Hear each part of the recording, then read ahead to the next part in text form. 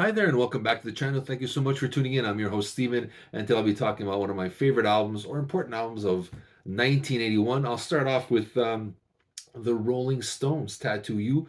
Most fans know this for this humongous hit single, Start Me Up, which has remained in their repertoire for years. It's on greatest hits packages. They play it most of the time on their live shows, and for good reason. It's a solid rock song. And little backstory behind this. This is a point where Mick Jagger and Keith Richards aren't getting along. They need an album to coincide with a tour. So the associate producer Chris Kimsey, who's kind of been with the band since I think 71 or so, kind of says, "Look, I know there's material from other albums that is just lying around. Let me go through that, see what I can find. You guys take a break.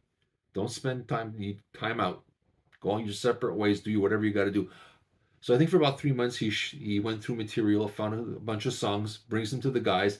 So Mick Jagger will do the vocals for one, whatever the case. How far the song was, some were just instrumentals, some were partial vocals, I believe, and so they just did their bits and went on their merry way, not knowing that this would be a monster hit.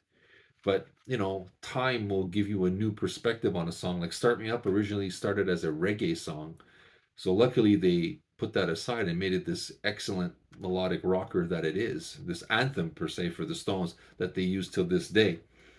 I like most of the songs on here. I'm gonna say the only one I'm not really crazy about is "Heaven." And sometimes "No Use in Crying" doesn't do it for me. But after that, all of them are good. And it's kind of like the first half are rockers and the second half are ballads. So, side A, side B. It was really interesting concept at the time. People are like, what's this? All slow songs on the second side? What's going on? I remember originally not being a huge fan of the ballad side. I like the rockier side, but now I appreciate both, and I think it's a great album, considering that these were originally songs that they threw away. That's pretty impressive. So I think that's why it's on my list of one of the most important albums. It's kind of an album that shouldn't have been as big as it was because the songs are considered throwaways by the band or rejections. So it's pretty impressive. I like this album still to this day. I go back to it from time to time. It's one of my favorites, and I think you should check it out. This is Steven with one of my selections of best rock albums of 1981.